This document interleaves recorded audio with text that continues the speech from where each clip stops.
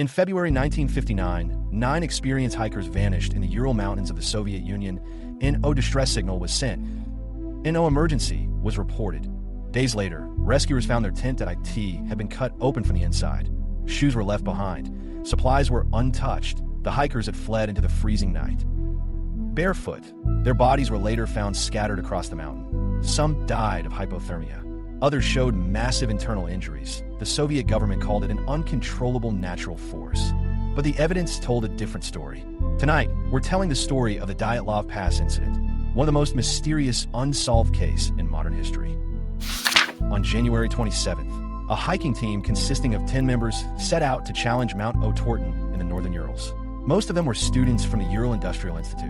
The group was made up of 8 men and 2 women. The oldest member was 38 years old, while the others were mostly in their early 20s. The team leader was named Igor Dyatlov. While climbing halfway up the mountain, one member, Yuri Yudin, withdrew from the expedition due to health problems. 2 days later, he returned to a clinic for medical treatment. At that point, only 9 members remained, and they chose to continue the climb. Dyatlov made an agreement with Yudin that the team would likely complete the expedition by February 12th, after which they would send a telegram to the school and to Yudin. He also added that they might return a few days later if everything went smoothly, as they planned to visit several additional locations. February 12 arrived, but Yudin did not receive any message. Remembering Dyatlov's words, he assumed the group might be delayed and decided to return to the school to wait for them. By February 16th, no telegram had arrived. The families of the hikers began contacting the school, but the school had no information about their whereabouts. More than 10 days had passed since the expedition began, and with no contact from the group, concern grew that something serious had happened. Why was there still no news? As the situation became increasingly urgent, on February 21st, search teams from the Ural region were dispatched. Local police and Soviet military forces soon joined the search effort. February 24th. The military's involvement brought the total number of search personnel to 2,000. Helicopters and reconnaissance aircraft were used to conduct aerial searches, while ground teams systematically searched the mountains from the base upward. Where had they gone? On February 26th, a breakthrough occurred. On the slope of Kolit-Syakhl Mountain, about 5 kilometers from Mount Otorten, searchers discovered an abandoned tent. According to search footage, the tent was located on an east-facing slope with a gradient of approximately 15 degrees. A forest was located about 1 kilometer away. The center of the tent had been torn open. Inside, luggage and supplies were found, but no people. Surprisingly, several pairs of shoes were also found inside the tent. This suggested that the hikers had left barefoot. The middle of the tent had collapsed under snow, while the poles on both sides were still standing. Further examination revealed many cuts on the sides of the tent, made with a knife. Even more puzzling was the fact that these cuts were made from the inside. Some were only a few centimeters long, seemingly used to observe the outside. Larger cuts appeared to allow people to escape more easily. All the cuts were located on the sides of the tent, and all faced toward the forest. Why did the hikers cut open their tent? Why were all the cuts facing the forest? Why were so many shoes left behind? What caused them to flee so urgently that they did not even put on footwear? Even more puzzling was why Dyatlov chose to set up the tent on a sloped mountainside, something experienced climbers rarely do. First, such a location increases the risk of avalanches. Second, there is no natural shelter from strong winds, making the tent unstable. Compared to the nearby forest, the slope offered far fewer advantages. Some suggested that poor visibility caused the team to stray from their planned route, and that the decision to camp there was temporary. However, many people questioned this explanation that on February 27th, searchers discovered a burned campfire beneath a cedar tree in the forest. Nearby, they found 2 bodies. Both were wearing only shirts and underwear. One lay face down, the other face up. After examination, forensic experts concluded that both had died from hypothermia. That it was later determined that the bodies had been moved. If a body is moved after death, blood settles. On one side, due to gravity. This indicated that the remaining team members had removed clothing from the deceased to wear themselves. That same day, Dyatlov's body was found about 300 meters away. He was lying on his back, about 1 kilometer from the tent.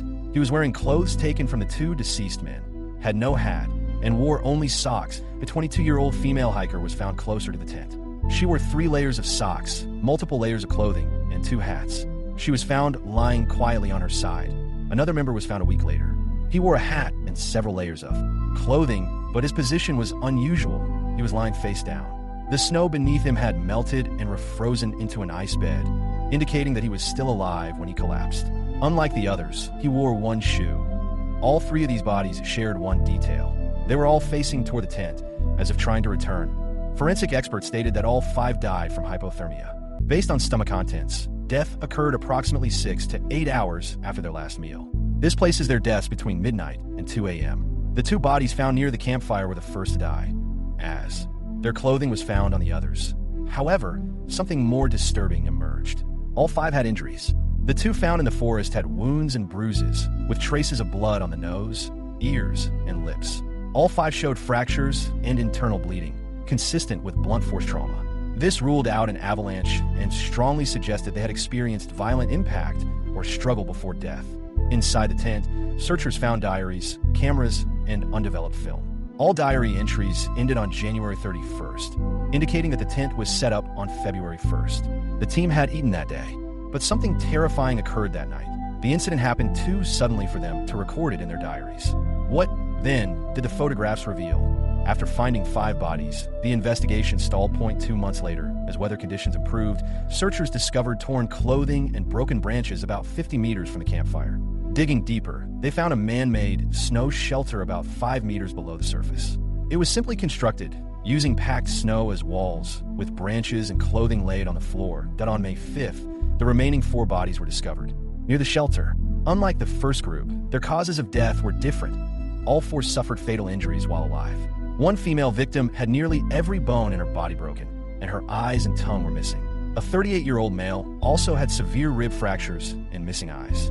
The force of the injuries was described as similar to being struck by a car traveling 80 km/h. Strangely, their bodies were close together and had similar injuries.